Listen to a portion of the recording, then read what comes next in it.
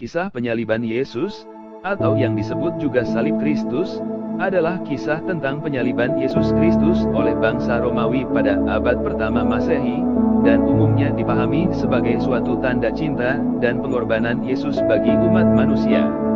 Berdasarkan Injil-Injil dalam Alkitab, terdapat beberapa perbedaan dan nuansa dalam cerita penyaliban ini.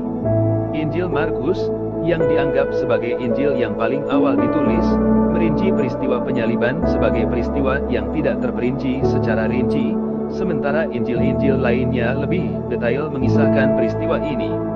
Injil Matius dan Lukas mengisahkan bahwa Yesus disiksa dan direndam dalam cuka yang dicampur dengan jarak sebelum disalibkan.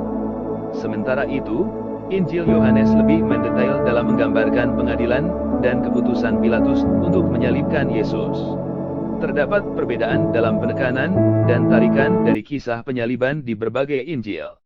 Kisah ini berkaitan erat dengan pesan teologis masing-masing Injil, dan beberapa Injil menekankan aspek-aspek tertentu dari kisah penyaliban, seperti pengorbanan Yesus, kebangkitan, hukuman dijalani Yesus. Dalam tradisi Kristen, kisah penyaliban Yesus dianggap sebagai sebuah tanda cinta Kristus kepada umat manusia, dan dijadikan sebagai salah satu acuan dalam pengembangan teologi. Kisah penyaliban ini telah menjadi inspirasi bagi karya seni, sastra, dan budaya populer hingga saat ini. Demikian penjelasan saya mengenai kisah penyaliban Yesus dari berbagai Injil. Semoga bermanfaat.